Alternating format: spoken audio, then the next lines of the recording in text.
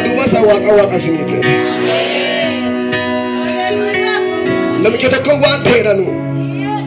Adoo baddaa keessa deemu muka odaan beektanii muka yookiin qilxaa wayii qilxaa odaadhaan maqaan midhaan isaanii akka isaan diqqoon beektanii muka ol kun matsaaf keessaa mazeena matsaaf keessaa marmaadina jirtu odaa akka isaan diqqoo midhaan isaanii beektanii ishii buqiin beektanii talaafamatti buqqii midhaan isii akka isaan beektanii muka adoo deemu buqqii laalee kan odaa laale isii waaqa dhiiroo maraate midhaan buqqii guddoo kana fuudhee odaa kanaa kenne didiiqoo san fuudhee buqqii kanatti hin kennini wal milisee dhiisee adoo inni waa kan jedha jiru midhaan odaa diqqoo achi gubbaa usananii mataadhaan lakkata waaqa ofi godhe adoo buqqiintu achi jiraattu Ola waaqa naafuu ilmi namaa homaa anaan godhu kumbatee callaa kanni anaan jedhu waaqumatu waaqa naafee harka seexanaatiin qolaanfame harka yeesootiin gargaarame waaqumatu waaqa naafee Kansila katabu dabe kalada dina samini kera bete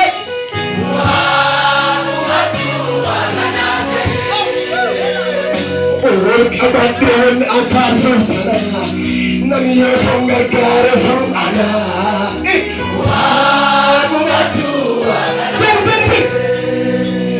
Ol kabadon antar sultana nami yosongar gara sultana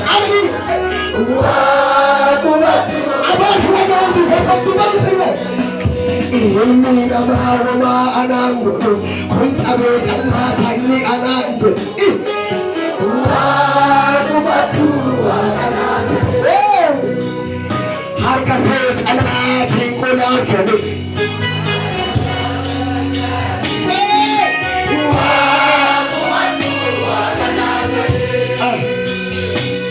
Kansila cacabu dabe kalada dina samini kera bete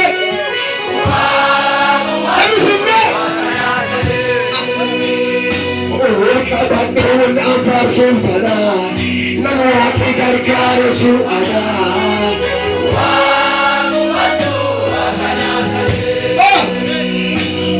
Kabadon anfar sultana nami yesu hamdi ke su'ana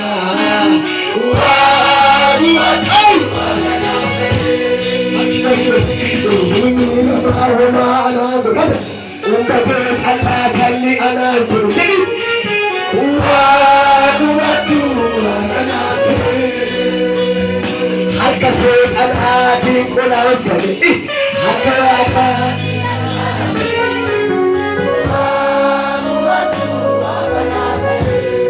warri amaariyaan ayyaa waaquma waaqa tokkoodha warra amaariyaan adeemudha jala isheen waaqa nuutee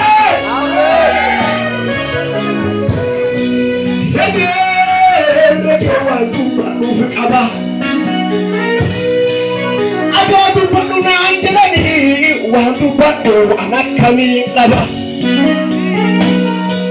Bawwaa baleerra yoo deemu waaqan na eega akka inni na gargaareeru anaaf waaqan wanta beeka balee antuurra yoo deemu waaqan na eega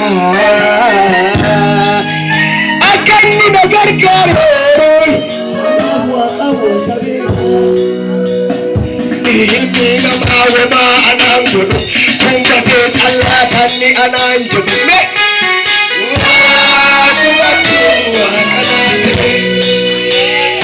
harka diinotaatiin qolaanfame harka waaqaatiin gargaarame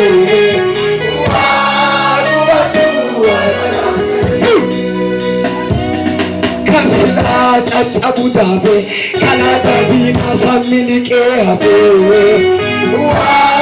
Kumatu qabaattoon afaarsuuf taraa nama waaqni gargaaresu anaa waanumatu qabaattoon afaarsuuf taraa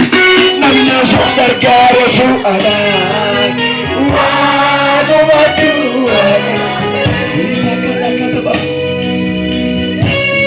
qabaattoon afaarsuuf taraa namni Yesuus gargaaresu